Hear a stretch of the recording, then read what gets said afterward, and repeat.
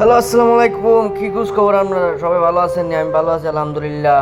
তো আজকে যে উদ্দেশ্য রওনা দিচ্ছি, যেমন একটা সুন্দর জায়গা যে দুবাইয়ের মধ্যে আছে, জীবনে কল্পনা করতে পারি নাই। বন্ধু বান্ধব তো থাকলে তো সব ফাঙ্কা। জীবনে আর কি লাগে বন্ধু বান্ধব থাকলে? বন্ধু বান্ধব ছাড়া কি আর লাইফটাই আসলে অচল। তো এরকম জায়গায় যে গেছি ঘোরাঘুরি লাইগা, শুধু পাথর আর পাথর, চারিদিকে শুধু পাথর আর পাথর, এরকম জায়গা। তো একটা জিনিস আগে বলে রাখি, যে ডেস ডুস কিনছি, এই ডেস ডুস দেখে আবার কোয়েন না আবার ইটালির উদ্দেশ্যে গেছি। না, ইটালির উদ্দেশ্য না, এটা ইটালি না, দুবাই সমুদ্র পাইছিলাম একটা ছোটোখাটো সমুদ্র। এটার ভিতরে বুটো উইটটা 15 টাকা লাইক, 15 টাকা আবার ভাববেন না বাংলাদেশের 15 টাকা, 450 টাকা বাংলাদেশের। আবার অন্য কিছু ইয়া করেন না, 15 টাকা বাংলাদেশের টেয়া পাইবেন না, বহুত টেয়া। তো 15 টাকা করে পুরাই উঠছি, উঠতে পরে আমার 13 টাকা দিছি, লাস্টে 2 টাকা ছাড় দিছে বেটায়। আবার ওই লোকটা বাংলাদেশি, বাংলাদেশি চিটাগাঙ্গের ভাই, এখানে বোট চালাইতেছে। দেখতেই পারছেন সবাই লোক আনন্দ ভর্তি করতে করতে যাইতাছি গা, আর তার বুড়দা ধরতে ধরতে যাইতাছি গা, একটু একটু করে আগাইতাছি, একটু একটু করে আগাইতাছি ছোটোখাটো। সবাই খালি হাসি খুশি বাজে বাতাস চালাইছি, আর সামনে যে এক পাহাড়, পাথরের পাহাড়, দেখা পুরা ঠাসকি খাই গেছি গা সবাই। আর এমন ঠাসকি খাইছি যা কল্পনার বাইরে। পাহাড়ের পর পাহাড়, অত পাথর কই থেকে আইছি আল্লাহ ছাড়া কেউ জানে না। এই পাথরের পাহাড়, না আছে পানি, না আছে কোনো পাথরের মধ্যে।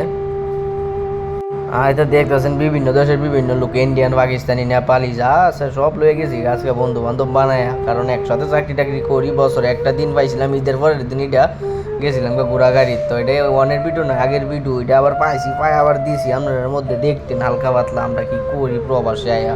ডুবে আইছি প্রায় 2 বছর হয়ে যেতেছে, কিন্তু একদিন ঘোরা গাড়ি গেছিলাম। কি করুম, সময় পাই না, সময় মিলে না, চাকরি করতে করতে, ডিউটি করতে করতে অবস্থা পুরো কাইলিয়ে জায়গা। কই যাই কই কি চিন্তা ভাবনা করতে করতে ঈদের পরের দিন 3 দিনের ছুটি পাইছিলাম, পরে গেছিলাম ঘোরাঘাড়ি। এমন জায়গায় ঘোরাঘাড়ি গেছি যে দেখা পুরা এই সন্তুষ্ট, দেখতে পারবি না। এখন চারিদিকেও তো পাথর আর পাথর, এগুলো রাস্তার পাশে যা দেখতে পাচ্ছেন সব পাথর আর পাথর, পাথরের রাস্তা ছাড়া আর কোনোই নেই না।